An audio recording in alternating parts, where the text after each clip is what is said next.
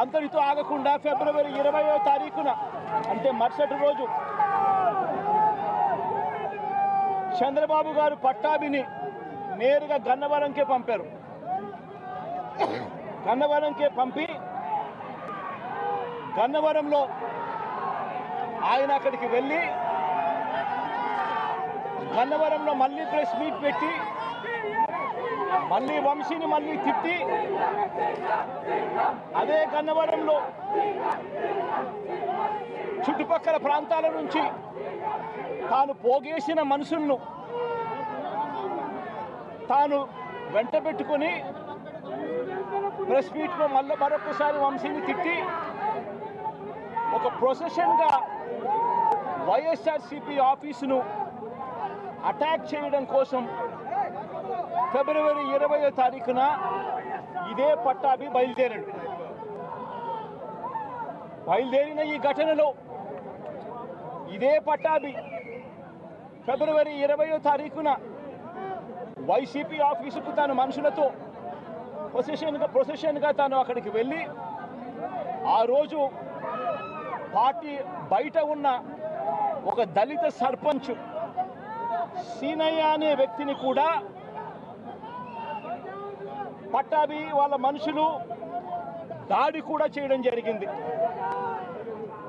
ఈ దాడి జరుగుతా ఉన్న నేపథ్యంలో ఉద్రిక్తతల మధ్య పోలీసులు కూడా నిర్వహించేదానికి విశ్వ ప్రయత్నం కూడా చేశారు.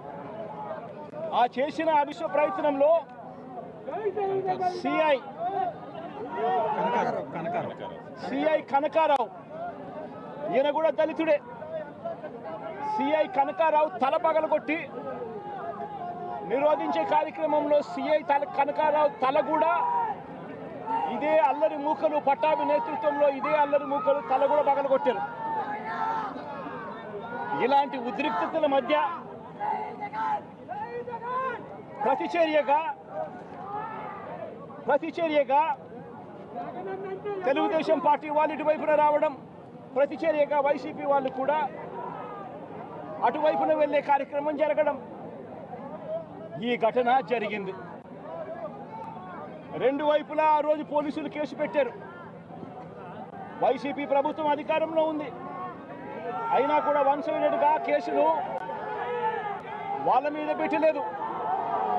రెండు వైపులా కేసులు పెట్టారు, రెండు వైపులా ఉన్న వాళ్ళ మీద కేసులు పెట్టారు.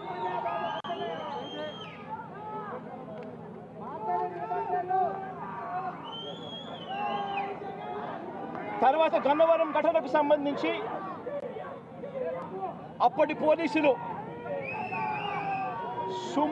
సుమోటోగా టీడీపీ పార్టీ మీద, వైసీపీ పార్టీకి సంబంధించిన వాళ్ళ మీద, ఇద్దరి మీద కేసులు పెట్టారు. ఇదే సమయంలో టీడీపీ వాళ్ళు 3 కంప్లైంట్స్ కూడా ఇచ్చారు, అవి కూడా తీసుకోవడం జరిగింది. కానీ ఈ ఘటనలన్నీ కూడా టీడీపీ ఇచ్చిన కంప్లైంట్స్లో కానీ, ఆ రోజు ఇచ్చిన కంప్లైంట్స్లో కానీ, పోలీసులు పెట్టిన కేసుల్లో కానీ ఎక్కడా కూడా వంశీ పేరు లేదు. కారణం వంశీ ఘటనలో లేడు కాబట్టి,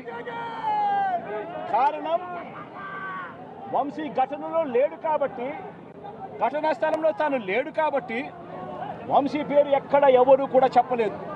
తెలుగుదేశం పార్టీ ఇచ్చిన కంప్లైంట్స్లో కానీ, పోలీసులు పెట్టిన కేసుల్లో కానీ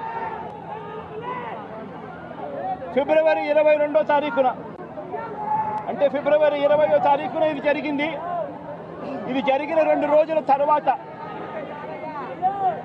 గన్నవరం టీడీపీ ఆఫీస్ ఆపరేటర్గా, డేటా ఎంట్రీ ఆపరేటర్గా పనిచేస్తా ఉన్న సత్యవర్ధన్ అనే ఈ దళిత యువకుడిని మంగళగిరిలోని టీడీపీ ఆఫీసుకు చంద్రబాబు నాయుడు గారు మనుషులను పిలిపించుకొని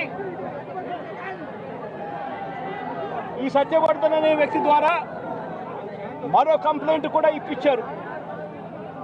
తెల్లటి కాగితం మీద ఆయనతో సంతకం తీసుకొని మరో కంప్లైంట్ కూడా ఇప్పించారు. దాని ఆధారంగా ఎస్టీ కేసు కూడా పెట్టారు. కానీ ఆ ఇచ్చిన కేసులో కూడా ఆ సత్యవర్ధన్ ఇచ్చిన ఆ కేసులో కూడా అప్పటికి కూడా వంశీ పేరు ఎక్కడా కూడా లేదు.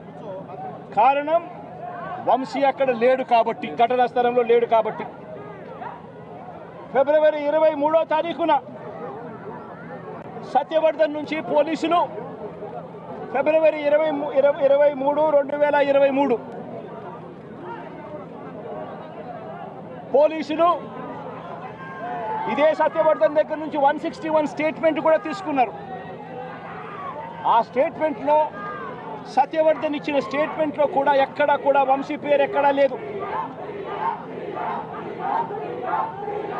సత్యవర్ధన్ అనే వ్యక్తి ఆ 161 స్టేట్మెంట్లో, పోలీసులకు ఇచ్చిన 161 స్టేట్మెంట్లో తనని ఎవరూ తిట్టలేదని కూడా చెప్పాడు. తాను ఘటన జరిగినప్పుడు తాను అక్కడి నుంచి వెళ్ళిపోయానని కూడా చెప్పాడు. తర్వాత టీడీపీ ప్రభుత్వం రాగానే వంశీని టార్గెట్ చేయడం మొదలుపెట్టారు. జూలై 10, 2024న ఈ కేసును మళ్ళీ రీఓపెన్ చేశారు. రీఓపెన్ చేసి ఆశ్చర్యం కలిగించే విషయం ఏమి తెలుసా? ఇదే సత్యవర్ధన్ అనే వ్యక్తిని తెలుగుదేశం పార్టీ ప్రభుత్వం అధికారంలోకి వచ్చిన తర్వాత మళ్ళీ ఇదే సత్యవర్ధన్ అనే వ్యక్తి దగ్గర నుంచి మళ్ళీ 161 స్టేట్మెంట్ మళ్ళీ తీసుకున్నారు. రెండోసారి కేసు రీఓపెన్ చేసి తెలుగుదేశం పార్టీ అధికారంలోకి వచ్చిన తర్వాత ఆ రెండోసారి ఇచ్చిన 161 స్టేట్మెంట్లో కూడా సత్యవర్ధన్ ఇవే మాటలే మాట్లాడాడు. నన్ను ఎవరు తిట్టలేదని, వంశీ అక్కడ లేడు అని, తన ఘటనా స్థలం జరిగినప్పుడే తను అక్కడి నుంచి వెళ్ళిపోయాడు, అదే మాటలే మాట్లాడాడు. పోలీసులు చంద్రబాబు నాయుడు గారి ప్రభుత్వంలో తీసుకున్న 161 స్టేట్మెంట్లో కూడా తర్వాత అయినా చంద్రబాబు నాయుడు గారు వంశీ మీద పెట్టుకున్న ఆక్రోశము, వంశీ మీద పెట్టుకున్న కోపము చంద్రబాబు నాయుడు గారిది ఏ స్థాయిలో ఉందనంటే ఎలాగైనా కానీ వంశీని ఇరికించాలి అనే ఆలోచనతో వంశీ ఘటనా స్థలంలో లేకపోయినా కూడా వంశీని 71వ నిందితుడిగా చేర్చారు. 71వ నిందితుడిగా వంశీ పేరును చేర్చారు. అయితే